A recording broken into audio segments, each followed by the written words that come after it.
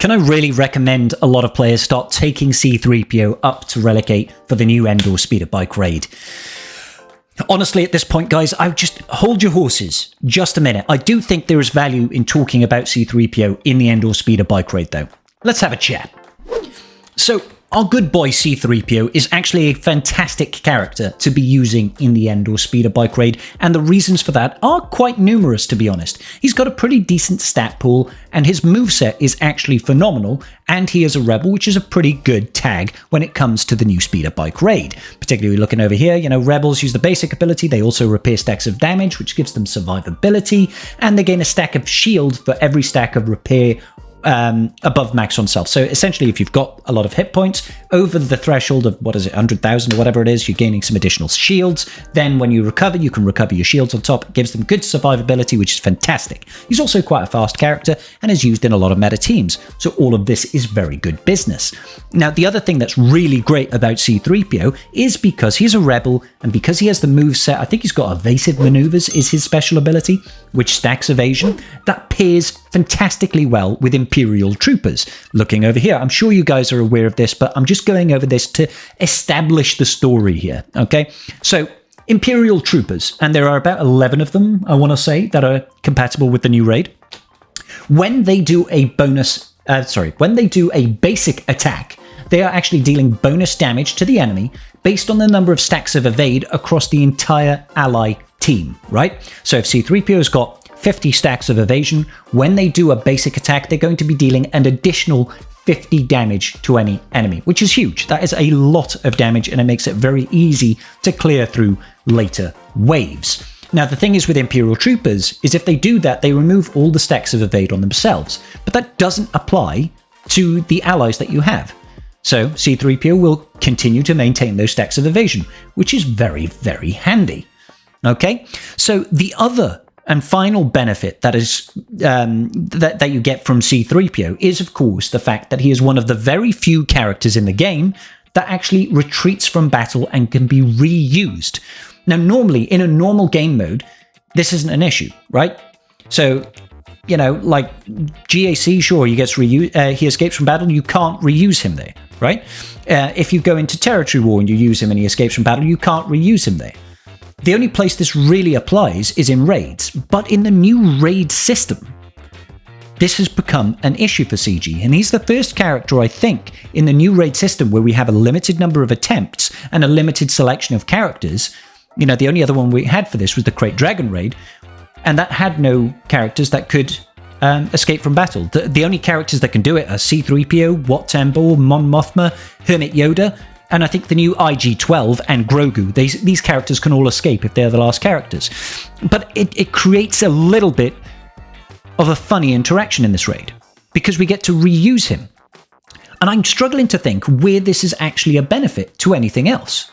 We used to be able to do this in raids. We used to be able to retreat, but it was less of an issue then because, you weren't restricted in your pool of characters. You weren't restricted by the relic investment, We have various tiers that require from Gear 12 all the way up to Relic 8 in order to gain access to. So the value that you get from having a Relic 7 C-3PO, which a lot of the player base have thanks to him being a GL requirement, is being magnified here. We're getting potentially 8 characters out of, or 8 additional uses of a character that wouldn't really necessarily be benefiting us in other raids.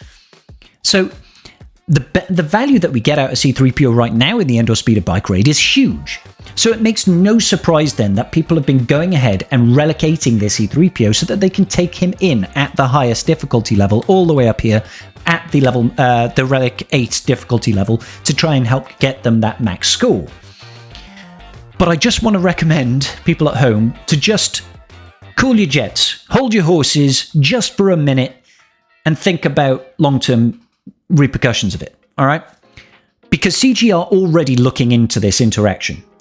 CG are already looking into it. They've already announced that they're looking into it. It doesn't necessarily mean they're going to take it away.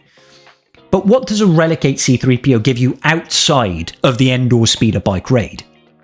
I think he's used in operations twice. 2 operations in Phase 5 of Rise of the Empire TB.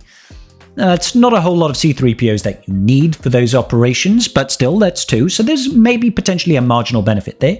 If you do it, and those operations are already covered for, then sure, you've got another character that you can use in Phase 5, and everything below, I guess, for Rise of the Empire combat missions in mixed and light side. It's okay, he's not a bad character to take into the raid. He has got some use. Translation is a very useful ability. You know, being able to expose and confuse the enemy is a useful ability, but I wouldn't say that's massively valuable. So how about in the PvP environment?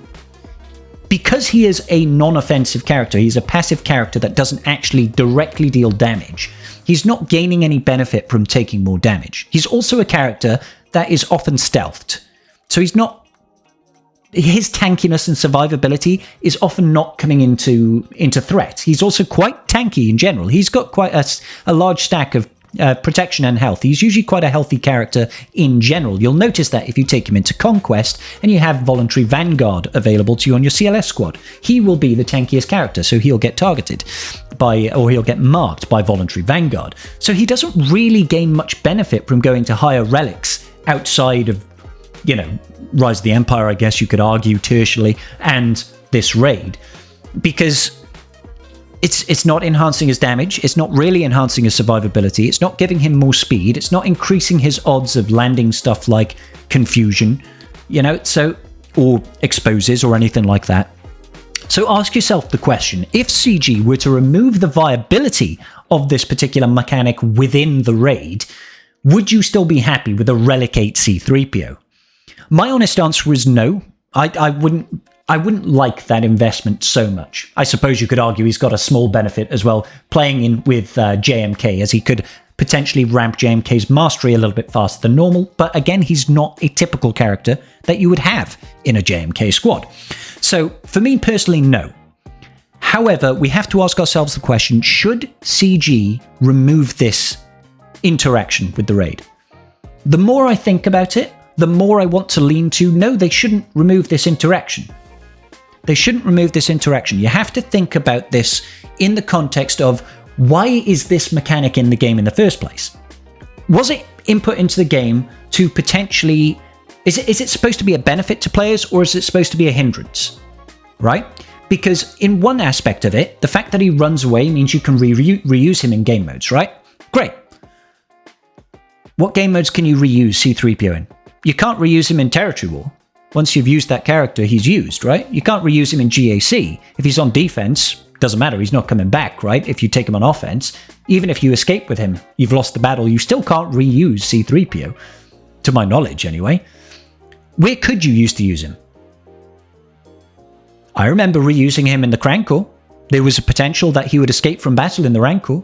We used to do that with in Phase 2 against the Rancor. You go in with a solo Mon Mothma. You could actually, you know, help reset the cooldown on the panel. These were the only characters that could do it.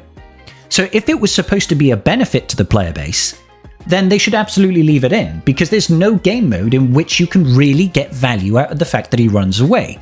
If it's supposed to be a hindrance, so you run out of characters, they run away, you can't gain any more benefit, then I guess they should remove it, because it's, you know, it's not supposed to help us. It's supposed to be, you know, a downside of the character's kit, in other words. I can't unfortunately see CG leaving it in is the problem.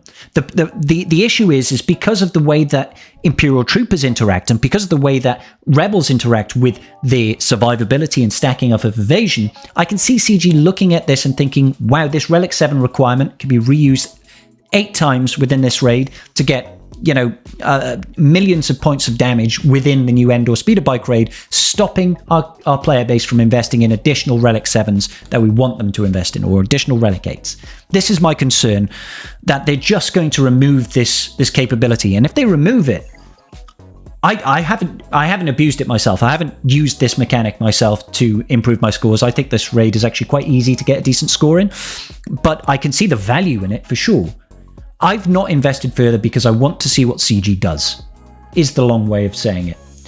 I think you should wait to see what CG says. We know that they're looking into it. Give them a week or two, Hopefully they'll come out with an answer before Christmas, and then you've got to make a decision for yourselves. This is a short-term investment, guys. The raid is only going to be around for about 9 months, so they say, before we get a new one, and there's no guarantees that C-3PO will be a playable character in the next raid.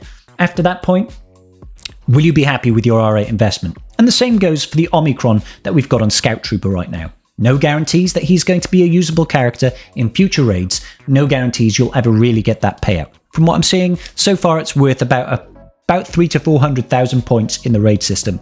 It's still early days for the raid. Right now, I'm sure we're going to find some new teams that score really high, and I'll be there to bring you out some content when it comes to it, guys. But yeah, that's about it for now, guys. Let me know in the comment section down below, have you R-rated your C-3PO? Do you think it has value? And are you worried about the usability of this mechanic being removed? Alright guys, until the next video, peace out, and may the Force be with you.